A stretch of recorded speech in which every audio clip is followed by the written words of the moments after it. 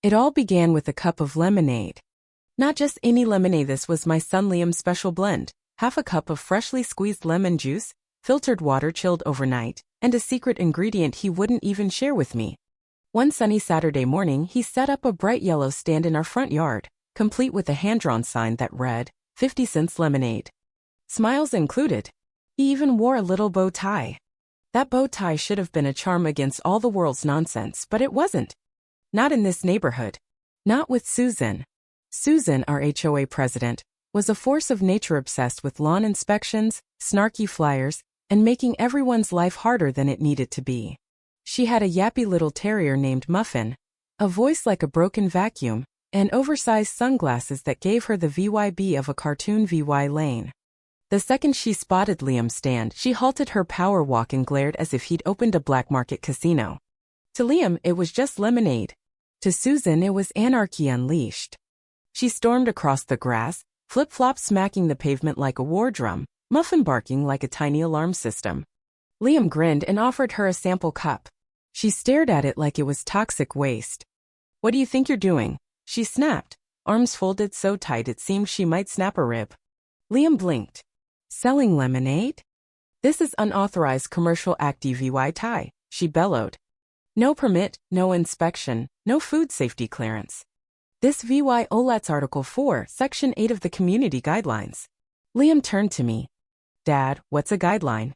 Before I could answer, Susan yanked out her phone and dialed 911. Yes, 911.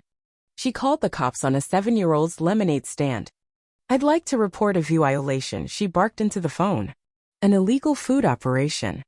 "Yes, it's a child, but that doesn't make it legal.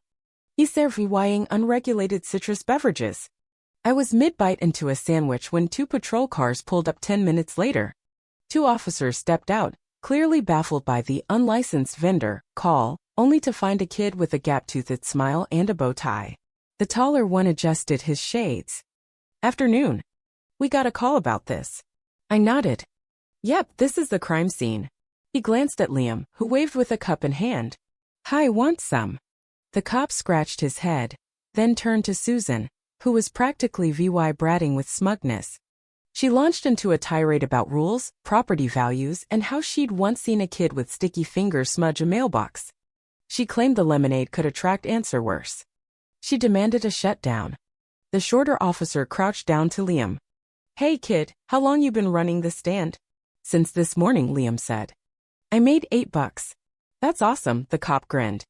"What's it for?" "A microscope," Liam replied. "I want to see bacteria." Susan gasped like he'd admitted to a felony. I'd stayed quiet, curious to see how far she'd take it.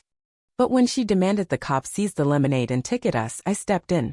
"Hi, I'm James, Liam's dad," I said, shaking their hands. Susan muttered something about rule-dodging freeloaders. I ignored her. "This is absurd. It's a kid's lemonade stand on our property, not a strip mall." Susan cut in. "Your property falls under HOA rules, and this wasn't approved."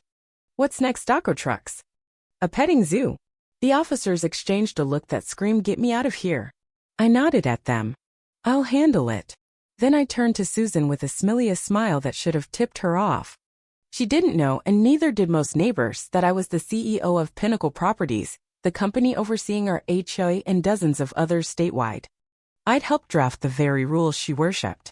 She wasn't yelling at some random dad, she was yelling at the guy who signed her metaphorical paycheck. But I kept that card up my sleeve. Susan huffed off after the cops brushed her off, muttering about escalating this to the regional board. Liam kept selling lemonade. I made a call. It was time to turn the tables. The next day, neighbors buzzed about a surprise HOA meeting. I just grinned and said, "Lemonade trouble. You'll see." Susan had poked the wrong bear. This wasn't just about Liam and Marie, it was about her reign of petty terror. I called my assistant, Rachel, an organizational wizard who once tracked down a doula 10 error in $1 million budget. "I want everything on our HOA board," I told her. "Finances, complaints, menu test, cross-check it with corporate policy. Flag anything weird." She was probably halfway through a spreadsheet before I hung up. Sipping Liam's now warm lemonade, I realized this wasn't a one-off. Neighbors had grumbled for months about odd fines and cryptic citations, Things like overly festive yard gnomes or suspiciously loud wind chimes. Susan had turned the HOA into her personal fiefdom. By nightfall, Rachel sent me a data goldmine. Susan had issued over 200 violations in a year, fines for sunflowers spreading pollen, a flag too lively in the breeze, even a birthday party with excessive noise.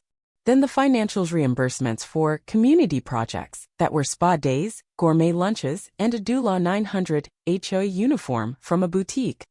She was looting the HOA like a pirate. One file hit hard. Susan had fine Mrs. Carter, an elderly widow, for a cancer research bake sale, calling it unsanctioned commerce and sugar hazards. That was my breaking point. I called an emergency HOA meeting, using my authority to bypass Susan. Rachel ensured every resident got a bold-lettered invite, urgent HOA restructuring. I booked the hall, ordered pastries, suburbanites love free food, and left Susan out of the loop. She'd find out when she saw the flyers. She stormed in, wearing a homemade President Forever badge and a sash straight out of a pageant. "What is this?" she demanded, stomping toward me.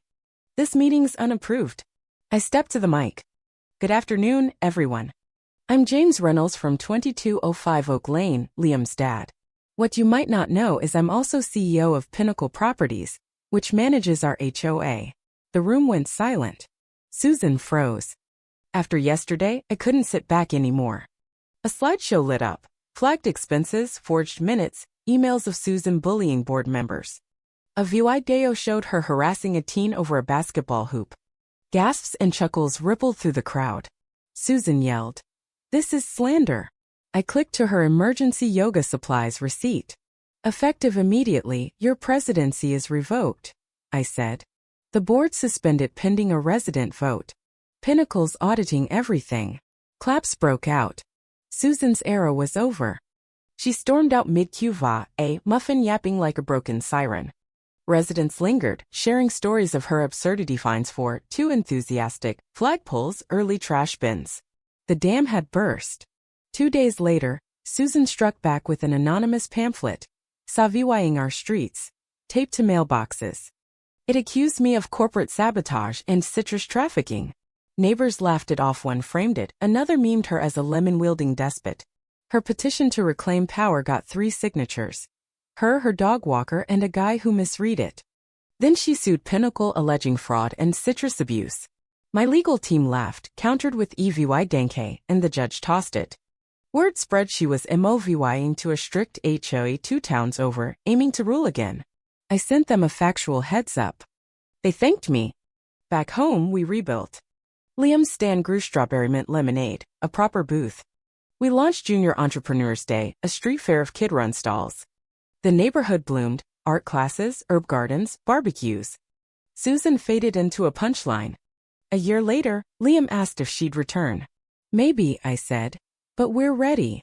With lemonade in hand, we toasted to a community reborn, one she'd never control again.